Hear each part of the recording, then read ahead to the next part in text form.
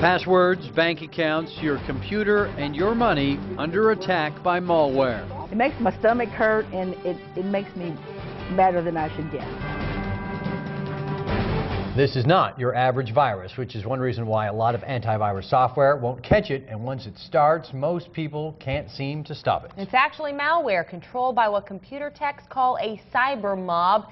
It sets up shop inside of your machine and steals your most important information. Local 6's Jason Hibbs joins us with tonight's top story. And Jason, lots of local people are falling for this. Jennifer, even the safest surfers can be subjected to this sick scheme. 1 minute you're minding your own business, the next you get a message that looks about like this one. Your computer is infected, and if you don't pay $59.99 for what's supposed to be Microsoft antivirus, your computer stops working. But as one local couple found out, paying that fee doesn't fix anything. In fact, it makes matters worse.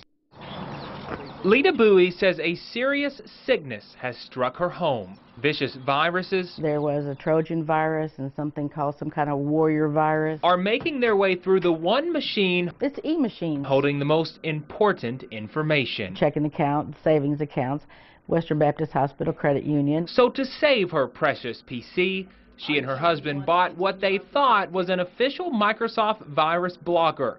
They got something entirely different instead. And it just doesn't work. What it does is it just completely loads your computer with viruses. You can't even connect to the internet. You can't get back to that website. There's nothing you can do. Lita called the company claiming to be Microsoft. The man who answered offered to help, and Lita took pages and pages of notes. These numbers aren't any help. They're just not any help at all. She was told if she really wanted help, she'd have to pay $130 more. I call it a ripoff.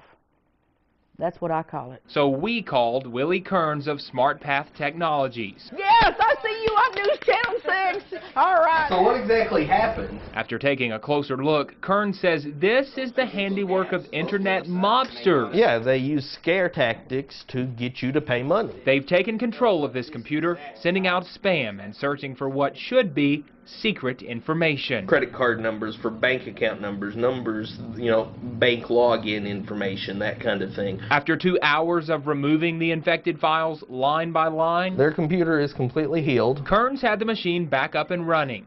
Lita and her husband couldn't be happier and say this is a lesson learned. All right, that's great. That's good. That's great. I'm so glad to see you.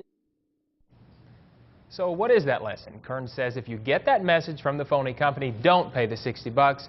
And for novice computer users like myself, if your PC gets a virus, take it to a professional. Scott, Jennifer, Kearns says that would have cost about $80 to $150 to remove that. It took about 2 hours. And that's what it cost me. The exact thing happened to our computer. My wife was looking at some stuff, just a typical web page, and all of a sudden, bam, that came up. She couldn't do anything.